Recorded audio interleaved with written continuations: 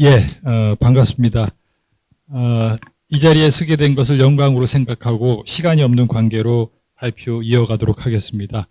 제가 이 정경희 부원장님으로부터 이번 발표는 당신만 아는 학술 발표가 아니라 대중과 함께하는 그런 학술 발표회가 됐으면 좋겠다 해서 대중성을 좀 가미를 했으면 좋겠다 해서 버전을 2개를 만들었습니다. 풀 버전하고 논문 관련 내용. 근데 25분까지인데 하여튼 기왕에 풀 버전을 준비를 했으니까 빨리라도 넘어가겠습니다. 제가 드릴 말씀은 머릿말, 그 다음에 발해국 대외 국제관계, 세 번째 발해국 당시 당대 신라와 당과의 건축기술의 통섭이 어떤 것이 있었는지, 그리고 네 번째 발해국 이후에 고려로의 건축기술 전승된 게 어떤 게 있는지 이렇게 준비를 했습니다. 근데 이 머릿말 이 전에 발해와 관련된 다 아시겠지만 혹시나 그냥 상식적으로 좀 아셨으면 하는 내용들을 잠깐 말씀드리도록 하겠습니다.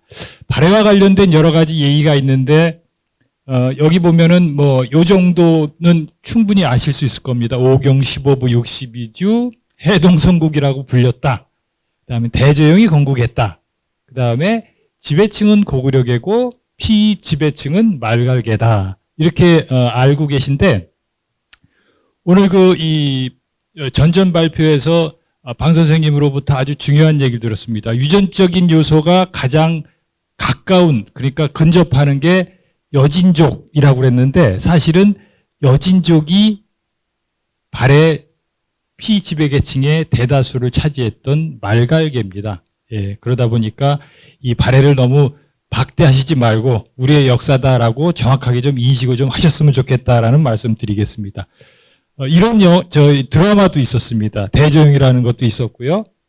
2012년에 이 숙명여대 박아린 교수님하고 같은 과에 근무하시는 갑자기 권경희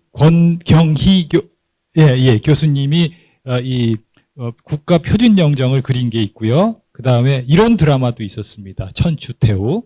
예, 그리고 무용검이라고 하는 이 영화도 있었어요. 꽤 많죠? 그것뿐 아니라 이 우표도 있었습니다. 2011년에 나왔네요. 예, 그리고 이 대조영함도 있습니다. 그리고 또 이 서태지와 아이들의 발해를 꿈꾸며라고 하는 그러한 이 노래도 있었습니다. 12년 됐는데요. 속초의 시립박물관 내에 발해 역사관이라고 하는 그런 기념 역사관도 생겼습니다. 이 발해하면은 이렇게 상경성 제2절터에 있는 건데요. 이 돌등은 아마 대략적으로 보시지 않았을까라고 생각이 되고 6m 이상입니다. 한반도, 이 대한민국에 있는 석등보다 요게 가장 큽니다. 예, 그리고 재료는 현무암이지만 지금도 씩씩하게 잘 서 있습니다. 조금 더 관심이 있는 분들은 이 장백현, 이 바로 앞에가 해산인데 거기 가다 보면은 영광탑 6.4m 정도의 오늘 주제와 약간 연관이 돼서 사진 먼저 보여드리겠습니다. 대체적으로 보면은 고조선 삼국 통일신라 이렇게 배우셨을 겁니다. 연세 드신 분들께서는. 근데 지금은 고조선 삼국이 아니라 사국 시대, 가야가 들어가죠. 그 다음에 남분국 시대 이렇게 부르고 있습니다. 예, 그렇게 좀 바뀌었고요. 그 다음에 우리의 대한민국의 영토는 이 어디까지냐? 지금 아직까지 대한민국에서는 이 한반도와 그 부속 도서로 한다라고 하면은 북한이 포함이 되죠. 예. 근데 이 지금 현재 이 북한의 주인 바로 아버지가 이런 거를 들고 나와가지고 좀 시작이 됐는데 묘하게 처음에는 좀 시작을 해서 좀 아리송하게 그렇게 돼서 해다가 지금은 아주 1인 독재 체제로 김정은 체제가 완성이 됐죠. 이 김정은이가 맨 처음에는 문재인 대통령이나 아니면은 심지어 트럼프 대통령까지 만나가지고 뭔가가 잘 무르익어 간다라고 생각을 했는데 뭐 중국도 이제 아우르고 그랬습니다. 상당히 이 여러 국가를 두고서 김정은이 좀 외교를 저울질을 잘 했는데 최근에 이 러시아하고 많이 가까워져 가지고 사실은 어느 정도까지냐면은 이 북한의 이 헌법에 이 남한의 영토를 국가의 개념에서 포기를 하고 뭐 이런 식으로 독자적으로 가고 있는 그런 아주 어려운 상황이라 지금 현 정권하고는 많은 어려움이 있다라고 그렇게 생각이 됩니다. 그러다 보니까 지금 현재 이 신라와 통일신라 관계에 있어서 과연 그러면 우리는 삼국 통일이라고 했는데 과연 이게 통일이냐라고 했을 때 신라가 통일한 부분은 여기 있는 대로 대동강하고 원산만 이남이거든요. 대부분의 고구려 땅은 다 날아간 거죠. 그 이후에 30년 정도를 당나라가 이 지역을 통치를 하게 됩니다. 근데 그 이후에 땅을 이제 이 발해가 이 지역을 차지하게 되는데 여기 보시면 아시겠지만 신라 땅보다 훨씬 더 넓습니다.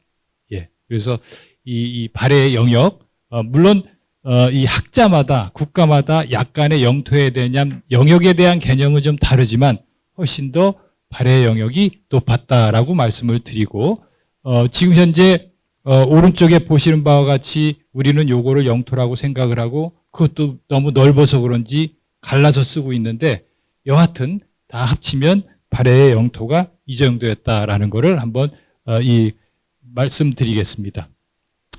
지금까지 잠깐 발해와 관련된 초보적인 그런 말씀드리고 머리말을 이렇게 준비를 했습니다. 기존 발해문화연구는 대체적으로 당나라나 고구려의 객체적인 입장에서 수행을 해왔습니다. 발해가 건국이 된 이후에 약간의 싸움과 그런 있었지만은 당나라와는 비교적 활발한 교류를 하게 됩니다. 그런데 신라와는 좀 소원한 관계가 계속 지속이 됐습니다. 그렇지만 발해는 이 도성제도라든지 전체적인 국가의 큰 기틀은 당의 건축 문화를 많이 수용을 했지만 살림집이라든지 이러한 기층 건축 문화는 그 지역에 살았던 사람들의 그런 이 건축 문화를 계속 이어졌죠. 근데 이 발해가 역사적 기록이 없기 때문에 그냥 사라졌다고 생각은 하지만 패망 후에도 많은 이 발해 유민들이 고려로 유입이 됐고 그뿐 아니라 자이든 타이든 이 요나라 쪽으로도 가서 요 상경이 지금 파림좌기 내몽고에 있는데 그 지역에도 발해 유민의 흔적들이 남아있는 것을 알 수 있습니다. 발해와 관련된 연구, 이 건축을 비롯해서 많은 연구가 이 한국보다는 북한에서 훨씬 더 먼저 연구가 됐고 그리고 또 많은 연구가 진행이 됐습니다. 그래서 건축 기술과 관련된 여러 가지 것들이 연구서들이 많이 나와서 기존의 연구서에다가 아직까지 발견이 안 된 여러 가지 것들을 찾아나가고 있는 중인데 사실은 제가 그 작업을 하고 있으면서 오늘 발표할 내용들이 그런 내용입니다. 여기서 제가 새로 하는 거는 돌무시라는 거하고 합각선이라는 겁니다. 그리고 당과는 도시계획, 그리고 전탑, 석탑이 아니라 전탑의 축조 기술에 있어서는 중국 중원 지역을 훨씬 더 많이 담지 않았나라고 하는 그런 생각이고요. 그런 것들이 고려로는 돌모시라든지 기둥미치레로라는 그런 이 건축 기술적인 요소로 전승이 되었습니다. 아직까지 용어가 좀 낯설지만은 아마 사진을 보시면은 아실 수 있을 겁니다. 두 번째 대외 국제 관계 부분은 그때 당시에 정치 상황이 어땠는지를 알 수 있는데 그거는 제가 설명을 안 하고 요즘은 유튜브가 아주 많고 그래서 요즘 한국을 만든 101명의 위인들에서 이 40회, 41회, 42회가 설민석이라고 하는 그런 이 강연 잘하는 사람이 있죠. 그 사람이 준비를 잘했으니까 아마 그거를 시간이 없으니까 그냥 보시도록 하고요. 요거는 동북아 역사재단에서 나온 겁니다. 그래서 그런 부분들은 아마 당시의 대외 국제 관계는 이 유튜브를 통해서 보시는 게 훨씬 낫겠다 그런 생각이 듭니다. 요즘에 저도 학교에 있지만 유튜브가 워낙 잘 돼 있기 때문에 교수들도 많이 없어지겠다라고 하는 그런 생각도 좀 해봤습니다. 예. 첫 번째 돌못이라는 겁니다.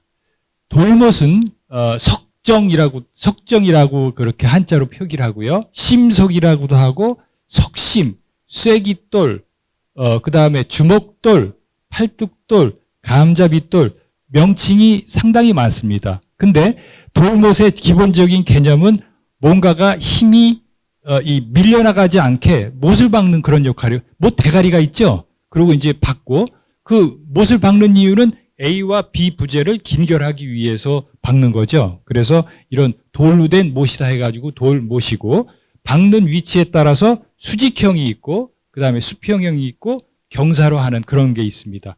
용도에 따라서는 단순하게 구조용으로도 쓰이고 그 다음에 의장용 그리고 구조 플러스 의장용으로도 활용이 되고 있습니다.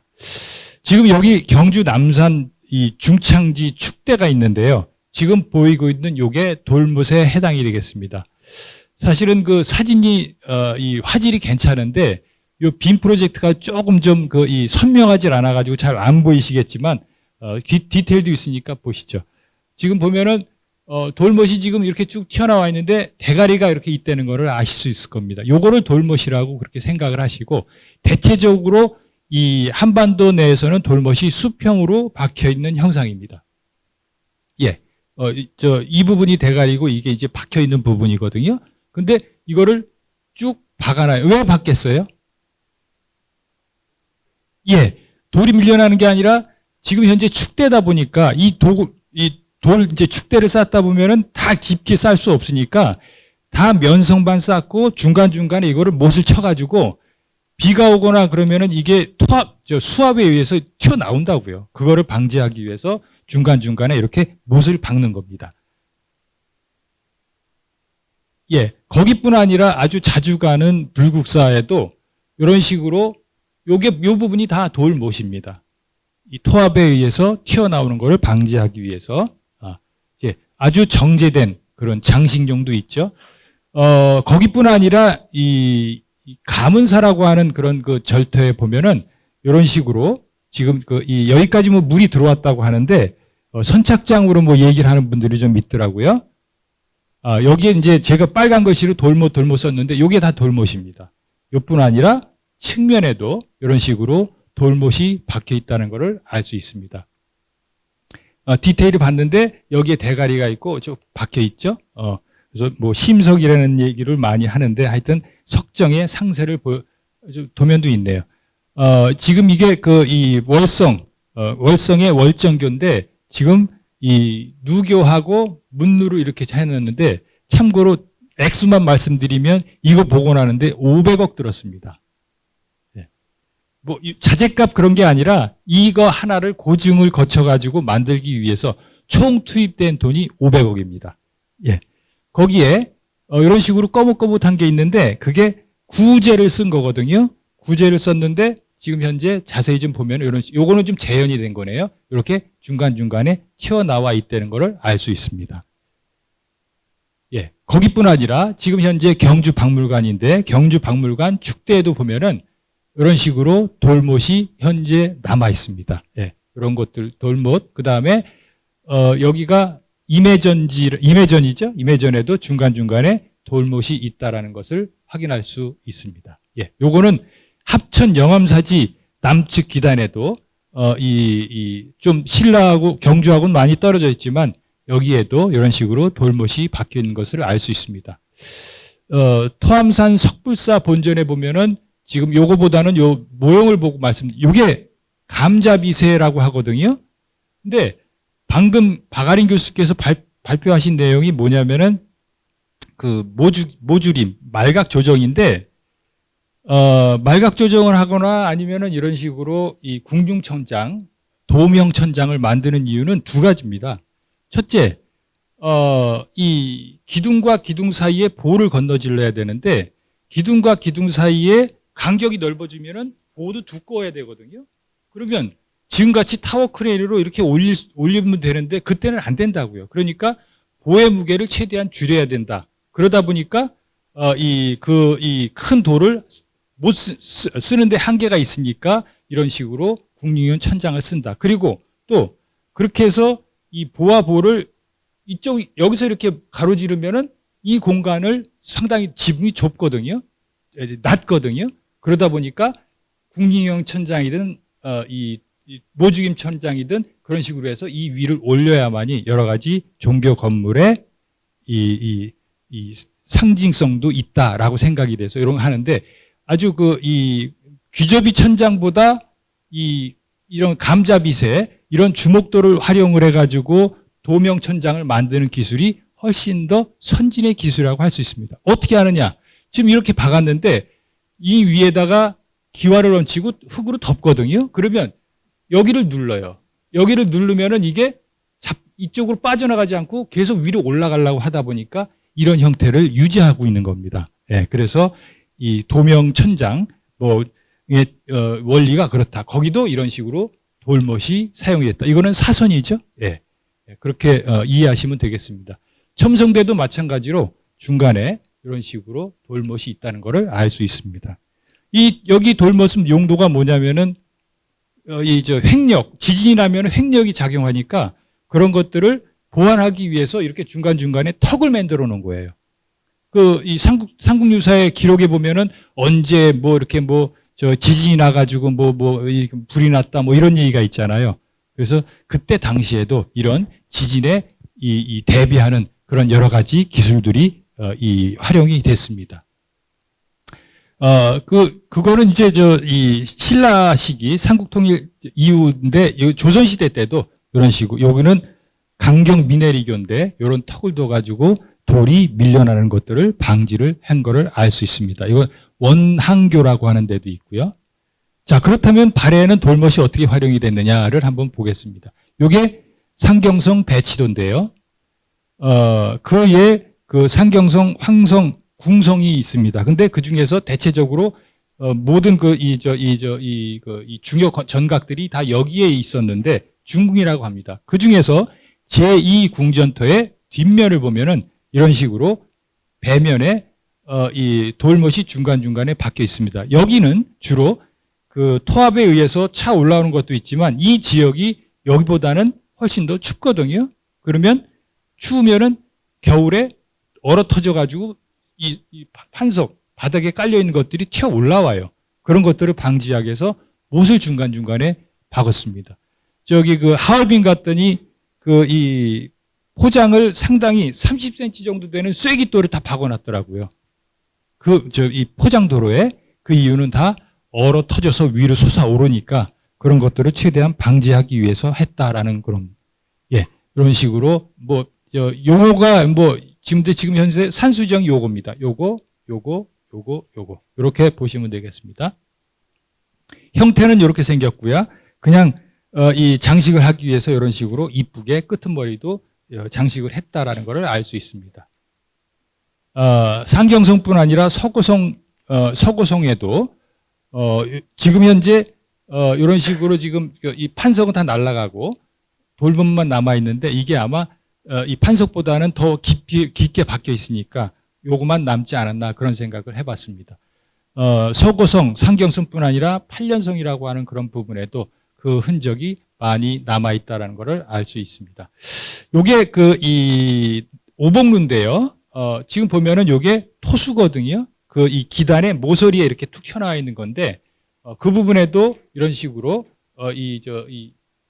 돌못을 박아놓고 밀려나가지 말라고 이렇게 구멍을 뚫어가지고 여기다 아마 쐐기돌을 박아서 석지 안에 집어 넣었을 겁니다. 이런 식으로 돌못이 상당히 여러 가지 활용면에서 여러 지역에서 쓰였다라는 것을 알 수 있습니다.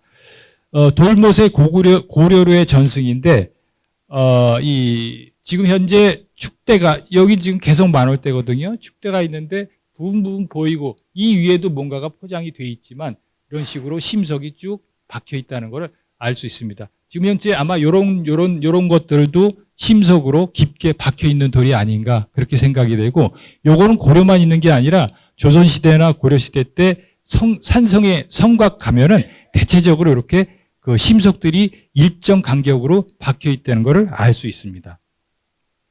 그래서 돌문만 보면은 이 신라의 경우에는 수평 경사로 박아서 토합으로 축대 방지, 의장 효과, 그다음에 발에는 수직으로 박아서 동해로 지면의 들등을 방지하고, 하여튼 수평으로 박든 수직으로 박든 신라와 발에는 돌못에 있어서는 상관성을 공유하고 있지 않은가, 그런 것들이 고려로 전승이 되지 않았나라고 판단을 했습니다. 그 다음에 이제 합각선인데요. 합각선이라는 게 요게 석탑의 옥계석을 보면 요면입니다. 요면. 요거요. 자, 요거라고 생각을 하시고요. 이 합각선은 우동이라고도 하고 우동마루, 내림마루, 색임, 추녀마루, 색임, 뭐 도들색임 뭐 이렇게 여러 가지 있는데, 석재 모퉁이를 분기시켜서 다듬는 거. 이렇게 이 모서리가 있으면은 그 모서리에 좀 합쳐지는 선에다 이 선을 둬가지고 깔끔하게 정리된 그런 기분을 갖추기 위해서 그렇게 하는 겁니다. 직각형과 예각형이 있습니다. 지금 현재 석탑에서는 지금 껍벅껍하는 부분이 이 부분인데요. 이 모서리가 있는데 여기에 선이 쫙 하나 가 있죠. 이게 있는 거하고 없는 거하고는 이 깔끔한 정도는 완전히 차이가 납니다. 예, 그래서 고급의 석탑, 고급의 건물 이런 데서는 이런 합각선을 많이 썼다라는 것을 알 수가 있습니다. 의성에 있는 빙산사지 5층 석탑의 모서리에 보면은 이런 식으로 합각선이 있다는 것을 알 수 있죠. 여기뿐 아니라 이 불국사 석굴암에도 불국사 자하문 청운교 배운교에도 있는데, 이거 보면 참 저도 많이 놀래고 있습니다. 자, 이 지금 빨간 원이 올라와 있는 그 부분을 보면은 지금 현재 이런 식으로 지금 잘 안 보이는데 이 부분이 깎아 올라가지고 입체적으로 이렇게 튀어 올라와 있거든요. 네, 이 튀어 올라와 있는, 그리고 이게 예각입니다. 직각이 아니라 이렇게 파가지고 들어간 거예요. 그래야만이 이 모서리 부분이 뾰족하게 들어올린 거죠. 네, 그리고 지금 현재 이렇게 양쪽에 이렇게 코를 해가지고 뾰족하게 올린 이유는 쉽게 얘기해서 남자들 양복에 이렇게 뽕이 있지 않습니까? 그 뽕의 역할을 하는 거예요.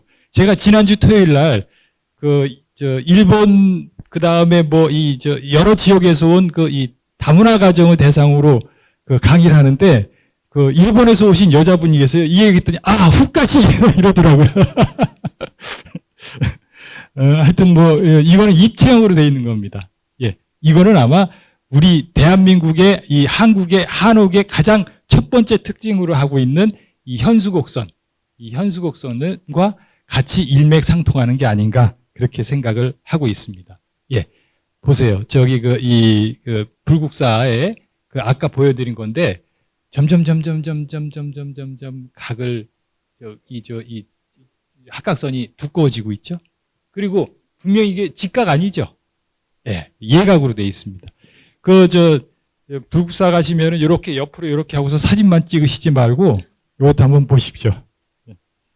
그래서 제가 이제 고구려도 그렇고 백제도 그렇고 신라도 그런데 이 화강 갖고 돌 갖고서 이 재주를 부리는 거는 신라 사람들을 따라갈 수가 없더라고요. 하여튼 기가 막힙니다. 예, 거기뿐 아니라 이 불국사 관음전에도 이런 식으로 합각선이 희미하게 표시가 되어 있고요. 가문사에도 앞에 요 부분이 있죠? 예, 요 부분. 이런 식으로 대체적으로 합각선이 많이 표현이 되어 있다는 것을 알 수 있습니다. 사천왕사지 단석지도 있고요. 예, 이런 식으로 합각선이 다 표현이 되어 있고, 그 다음에 창린사지에도 제가 이걸 찾고서 상당히 너무 기분이 좋아가지고 와 이런 게 있구나 해가지고 이거 보고서 제가 발해 상경성에 가가지고 분명히 이걸 봤거든요. 그래서 요거 어디서 본 것 같다 하고 하여튼 그때부터 경주를 하여튼 좀 과하게 표현해서 하여튼 엄청나게 지방을 하듯이 들락거렸습니다. 그래가지고 처음 찾은 게 창림사지에서 요걸 딱 찾았는데 너무 기쁘더라고요. 그래서 그때부터 요거를 한번 연구 대상으로 해야 되겠다 시작을 해서 연구를 했습니다. 대구동화사 극락전에도 이런 합각선이 표현이 돼 있고 위는 도면이고 밑에는 실제 사진입니다. 법천사지를 요번에 못 가죠? 내일이요. 그래서 법천사지 사진 몇 장 보여드리겠습니다. 탑지전지인데 지금 이렇게 빨간 화살표 있는 데가 이게 요 다음 요 빨간 데가 탑이 있던 자리입니다. 지광국사 현묘탑. 요게 중앙청에 있었습니다. 제가 초등학교를 중앙청 쪽으로 다녀가지고 요거를 자주 봤는데 저는 탑이 다 이렇게 기가 막힌 줄 알았어요. 그랬더니 이렇게 기가 막힌 그런 탑이 이 원주에 있습니다. 예, 그래서 이 원주에 이런 탑이 있다는 거를 소개를 드리려고 지금 도면 그리고 지금 봤는데 이런 식으로 참 그때 당시에 이 석공들 얼마나 고생을 하고 그리고 또 제대로 돈은 줬을까 모르겠습니다. 예, 하여튼 뭐 상당히 이 기가 막힌 탑이 이 원주 땅에 있다라고 그렇게 말씀을 드리고 이 탑지전지 올라가는 초입에도 이런 식으로 합각선이 표현이 되어 있습니다. 그래서 혹시 가시게 되면 구경을 하시는데 지금 현재 이 현묘 탑비거든요. 탑비인데 지금 이런 식으로 되어 있고요. 지금 이 부분을 좀 자세히 좀 보시면 되는데 저도 지난번에 이 해설사 분한테 설명드렸는데 이 부분이 이런 식으로 지금 모사도를 그린 겁니다. 근데 여기 보면은 여기 보면은 저기 이 삼조고도 있죠. 그다음에 달나라를 상징하는 두꺼비 토끼도 여기 표현이 돼 있어요. 그리고 많은 문양들 당처문이라든지 그런 것들이 연속적으로 돼 있어 가지고 그래서 요거 이 법천사 해설사 분들한테 요거 달래면 줘요. 예, 그래서 탑 위에 이렇게 기가 막힌 게 있다라는 거 말씀을 드리는데 그 탑지전지 보면은 여기도 여기 합각선이 있습니다. 근데 여기는 그것뿐 아니라 합각선이 이렇게 있고요. 그 다음에 지금 현재 기단 이 면석인데요. 그냥 일반 기단 면석이 아니라 중간중간에 기둥을 세워놨습니다. 그리고 기둥에도 너무 더 좀 세련되게 좀 기술을 부리려고 이렇게 수직으로 홈을 파놨어요. 이 수직으로 홈을 파놓으면 무슨 효과가 있냐면 저는 말라서 이렇게 수직으로 된 옷을 절대 안 입거든요. 예. 이 수평으로 된 옷을 주로 입어요. 그 이유는 수직으로 돼 있으면 이렇게 더 커 보이거든요. 이런 효과를 누리기 위해서 수직선을 둔 겁니다. 그러니 이 원주에 있는 법천사지는 저기 현묘탑이라든지 이런 기단부, 탑지전지의 이 기단부를 보면 상당히 고급의 기술이 내재가 되어 있는 그런 절토고 여기뿐 아니라 거돈사지 이외에 이 원주 지역에 상당히 사찰들의 건축이 고급의 건축물이 많이 남았다. 그렇게 좀 평가를 할 수 있겠습니다. 법주사 팔상전인데요. 팔상전에도 이런 식으로 합각선이 표현이 되어 있습니다. 예. 이제 이 발해 거를 좀 보겠습니다. 예. 이 서행문이라는 그런 빨간 부분이 있는데 지금 저 위쪽입니다. 그 부분에 보면은 이런 식으로 지금 잘 보이질 않는데 이런 식으로 그 합각선이 다 정확하게 표현이 되어 있습니다. 이 부분이에요. 예. 그래서 이 합각선 부분에 있어서는 동질성이 있지 않았나라고 생각을 했고요. 관련해 가지고 여러 사진이 디테일이고요. 그다음에 도면을 그려놓은 사진을 보여드리겠습니다. 예, 발굴 당시와 그다음에 현재 지금은 이런 식으로 기단까지 만들어 놨다라는 거 말씀드리고요. 예. 그다음에 왼쪽 부분에 있어서도 이런 식으로 합각선이 있습니다. 양쪽 액문이라고 하는 건 어깨문을 얘기하는데 그런데도 이런 고급의 합각선을 넣었다는 얘기는 아마 본전, 건물에도 이런 여러 가지 고급의 기술들이 포함이 되어 있지 않을까라고 그렇게 생각을 좀 해봤습니다. 저기 보세요. 요거는 발해 상경성이고 요거는 아까 방금 보신 팔상전 탑구 지대석인데 똑같지 않습니까? 네, 그래서 이런 부분들 유심히 봐야 됩니다. 이거를 제가 한 4년 전에 4, 5년 됐네요. 이 길림대학의 상경성을 발굴한 사람한테 요거를 보여줬더니 그게 어디냐고 저한테 물어보더라고요. 발굴한 분이. 예.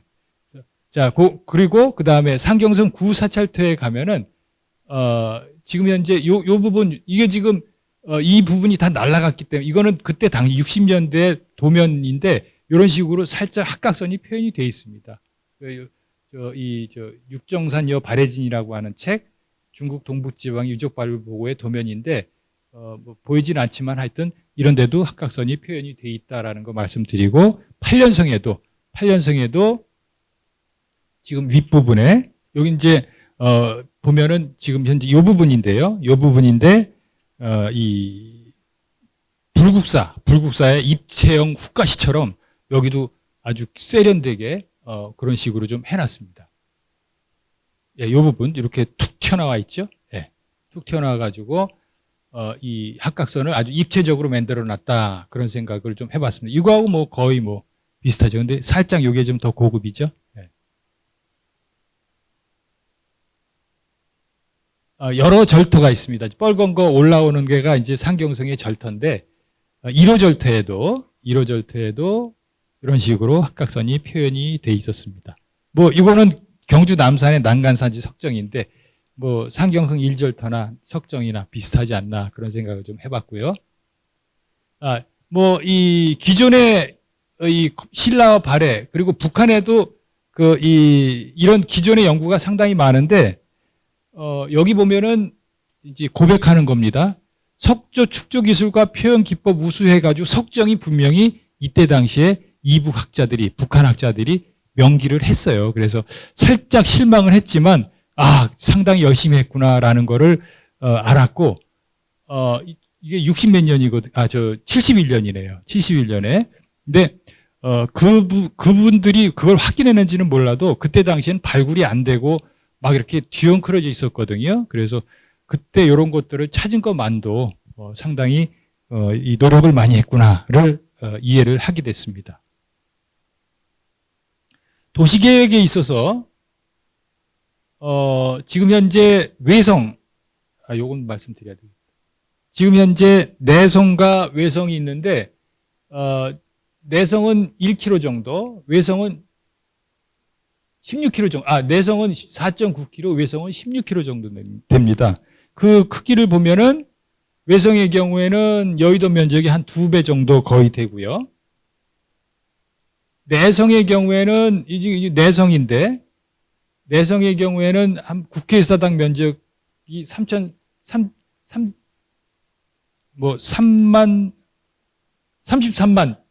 제곱미터 정도인데 중궁성 궁성에도 중궁성은 또 가운데만 얘기하거든요. 그거 아마 설명이 있을 겁니다. 도로 체계가 격자형으로 이렇게 돼 있다. 근데 이 한반도 지역에는 이렇게 격자형 도로가 만들 수가 없습니다. 이유인즉슨 우리는 어디를 가든지 평지가 그렇게 많지 않아요. 예, 그래서 이 전기 자전거가 유일하게 못 들어온 나라가 지금 대한민국입니다. 들어왔다가 실패해가지고 나갔어요.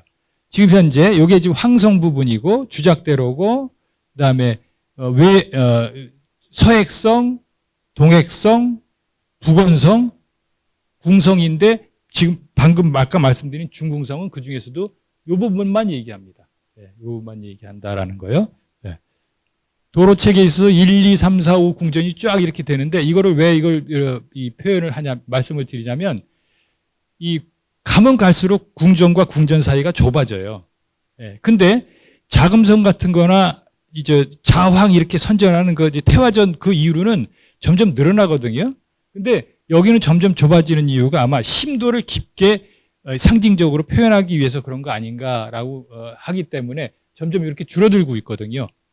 그래서 X축과 Y축이 가면 갈수록 뒤로 줄어드는 그런 이 형상이다라고 우리 도시계획을 하고 있는데 이 도시계획에 있어서는 사실은 한반도 지역보다는 중국 중원 지역, 북경, 이건 북경 자금석인데 일직선, 중축선을 상당히 강조를 하는 그런 배치를 하고 있거든요. 사실은 이게